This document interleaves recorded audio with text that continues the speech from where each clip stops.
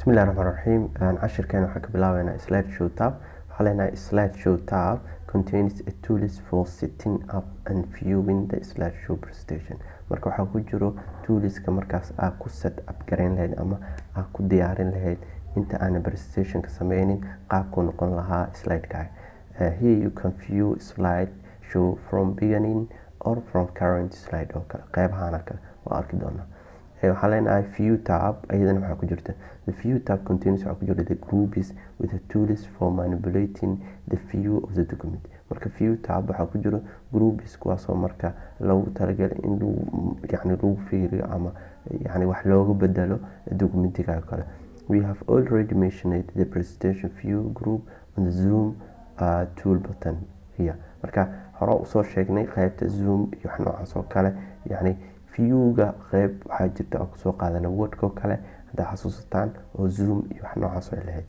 Marka are also tools to show and hide innocuous items like the slide ruler oo kale grid lines oo kale. Here you will also find waxaa ka heli doontaa the tools for creating a master slide notice or handout oo kale. Printing slideshow markii la daawacayo slideshowga waxaa leenahay printing slideshow select waxaad doorataa print from waxaa ka doorataa the file tab to choose from a variety of printing options.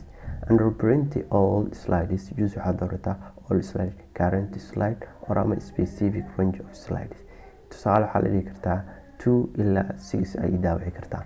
Under full pages ama waxaad dhihi kartaa dhammaan pageska iyo daawac kale. You can choose waxaad dooran kartaa handout so that your audience and take a print copy of. Marka gacanta kusii qaadan kartaa kadibna dadka markaas audience-ga ama dadka wax usoo jeedinaysa ku dhageysanaya waxaad siin kartaa copy of your presentation with them. Here you can choose waxaad ka dooran kartaa how many slide per page aad ka rabtaa. waa kana oo kale markii aad daawacaysid daawacadana hore waxaa kusoo aragnay hadda xasuustaan printerka si fiican ugu soo sharaxnay qaybta word document. Marka practicada sameyno tusaale waxaa soo galaynaa meesha hadda slide-kan oo u dambeeyay aan isticmaalayno wahay slideshow kala soo galay. Tusaale slideshow markaa soo gala meeshaan hadda start slideshow noogu muuqata from beginning slide-ka meesha ka bilaabanayo iyo current waxaa midka markaas taaganta oo kale. Tusaale waxaan dhahnaa beginning oo kale saana ku bilaabanaya falaarta oo keyboardkaaga oo dhanka midigta u jeedo saas ku sii wad. Current hadaa dhahdo tusaale currentigiisoo ku muuqanaya. Tusaale currentiga waxaa laga wadaa midka taagantahay. Hadda waxaa dhihi karaa midkan hadda taagan oo kale.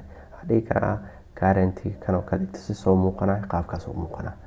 Haye kan itusi qaabka u muuqanaya currenti ujeedaa qaabkaas oo kale dhihi kartaa. Marka viewga waxaa sameyn kartaa marka animation iyo slide aad sameysid qaabku isku bedelayo slide-ka marka laga baxo midka kale la soo galo waxyaabahaas oo kale aad ku fiirin kartaa. View tab markaa soo galno qaybtan waxaa ka arki doontaa qaybo badan oo leeyahay. waxaa ka mid ah qaybahaas waxaa leenahay view tab markaa soo gashid meeshaan ka soo galaysaa view tab kadib waxaa leedahay qaybo badan oo leeyahay. marka view tab qaybaha ugu muhiimsan aan ka arki karno waxaa waaye tusaale waxaa waaye master view oo kale. masterkan waxaa u isticmaali kartaa markii aad rabto slide diyaarsan soo degsatay midabada ku jiro oo kale inaad ka bedbedeshid aad u isticmaali kartaa. waxaad dhigi kartaa slide master kadibna wuxuu ku saari doonaa dhammaan slideska markaas meesha inta uu ka kooban yahay kadibna midabkaasi tartiib ugu bedelan kartaa. closest leenahay iska xiranaa. waxaa leenahay view ku laabo. waxaan dhihi karnaa sidoo kale normal view. hadda tusaale normalka hadda saan waaye haddaan dhaho outline ka dhig sidaan ka dhigaa. haddaan dhaho slide sort noocaan ka dhigaa. viewska marka waxaa ku fahmi kartaa views hore waxaa usoo qaadanay wordka markaa joognay kuwa ka duwan leh oo xoogaa update-ka. marka waxaa leenahay reading view haddaan dhaho qaabkan uu igu soo bandhigaya. escape iska dheh haddaa ka laabanaysid waxaa dhigi kartaa marka qaababkaas oo kale view marka tabka waa soo gali kartaa qaybtan hoosena waa isticmaali kartaa.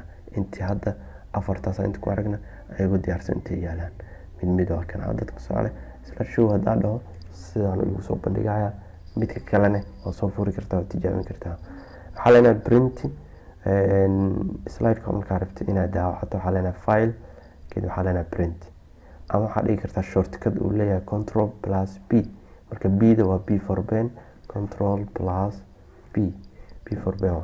Markaa dhahdid wuxuu kusoo saari doonaa qeybo badan. Printerka aad rabtid dooro magaciisa, kadib waxaa leenahay slide-ka dhammaan ma rabtaa, ma waxaa rabtaa current slide, custom ma rabtaa. Tusaale custom waxaa dhigi kartaa waxaa ii dhaawacay slide-ka uu badan yahay mogtaa, waxaa dhigi kartaa slide-ka number 2 ka bilaabo ilaa waxaa dhigi kartaa number 8 oo kale.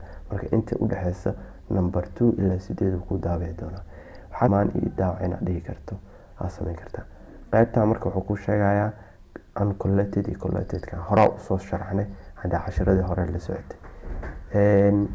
Colorska oo kale wax dheeraad ah waaye cashirkeena. marka qaybtan marka qaabkaas u daawacay kadib marka inta xabo ay ka rabtid tusaale 5 xabo kala rabaa ama 6 xabo waxaad dhigi kartaa print. markaa dhammayso hawshan print yaa leedahay, kadibna slide-kaaga wuu kusoo bixi doonaa. qaabkaasaa marka haddaad rabtid inaad daawacdo u daawacan kartaa. waxaa kaloo jirto qaybtan oo ah slideska midkee rabtaa in lagu daawaco. tusaale page-ka oo dhammaystiran ma rabtaa, notice page-ka in lagugu daro ma rabtaa, outline ma rabtaa, sidee rabtaa in lagu daawaco, 4 ma rabtaa, 6 ma rabtaa, 8 ma rabtaa, noocaa rabti.